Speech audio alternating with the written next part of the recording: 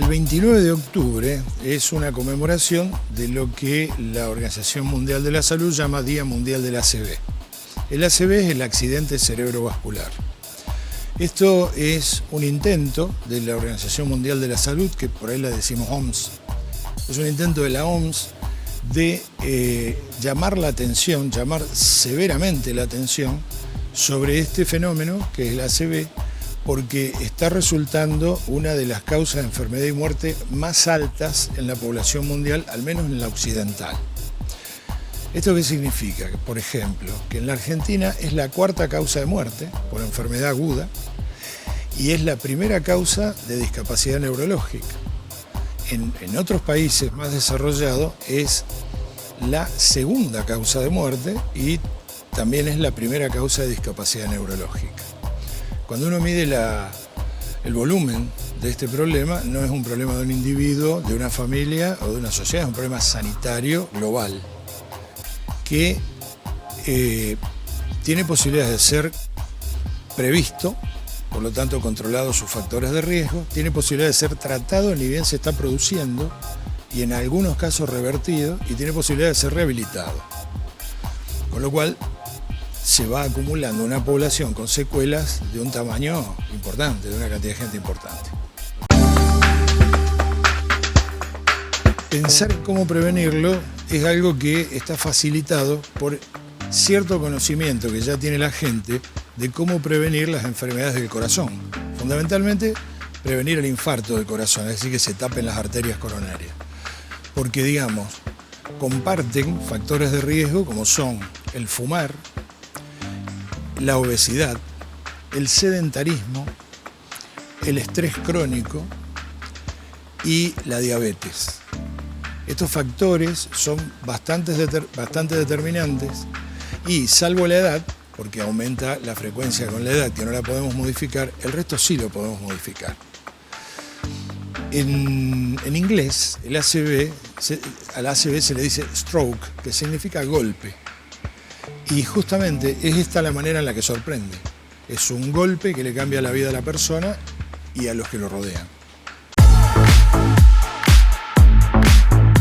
Resulta que para el diagnóstico, para la sospecha de ACV, hay que tener en cuenta cosas que pueden ocurrirle a las personas. Primero, no estar manejando estos factores de riesgo.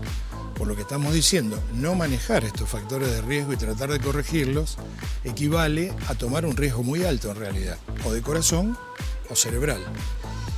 ¿Qué ocurre? También ocurre que cuando se presentan síntomas premonitorios, cosa que no es muy frecuente, si el síntoma retrocede, la gente no consulta. Ejemplo, a una persona se le duerme la mitad del cuerpo durante 2 horas y empieza a pensar que tiene que ir a una guardia a atenderse, pero como se le va, no consulta. Y a la semana siguiente tiene un ACV. Entonces, a veces, el mito es que si se te fueron las molestias, no pasó nada, no, de ninguna manera.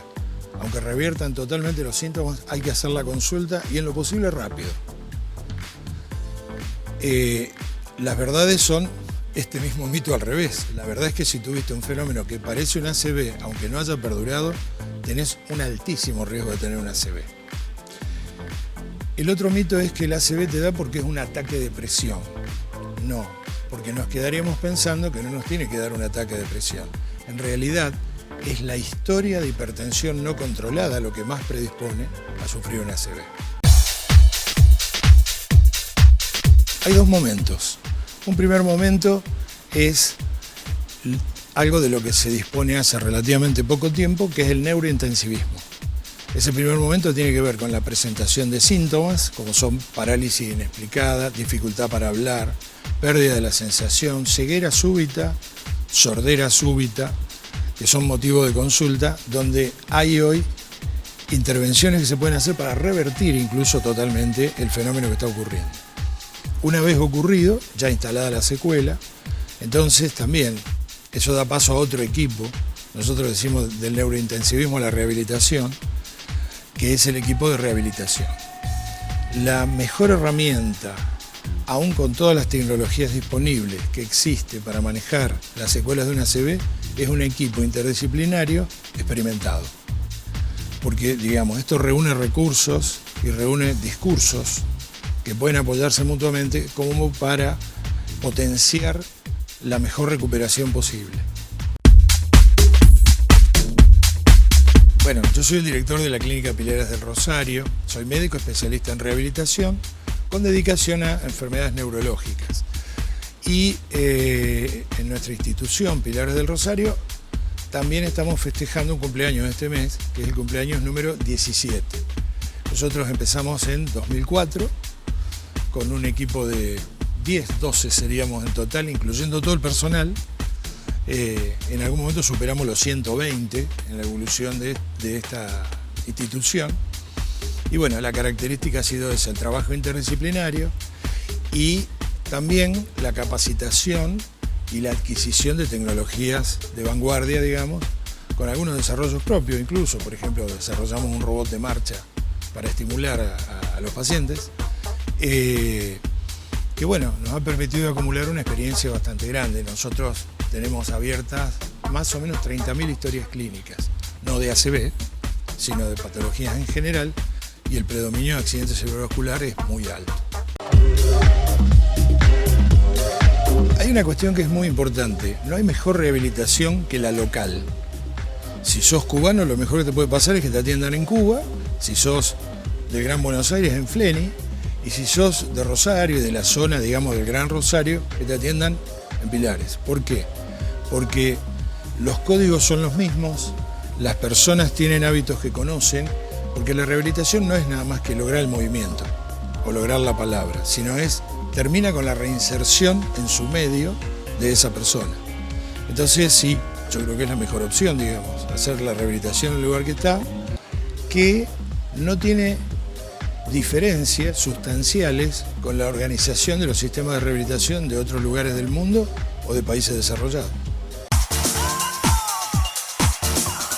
Nosotros tenemos internación, en este momento 37 camas, de las cuales están en un sector que estamos terminando de habilitar, que va a ser una unidad de cuidados intensivos en rehabilitación.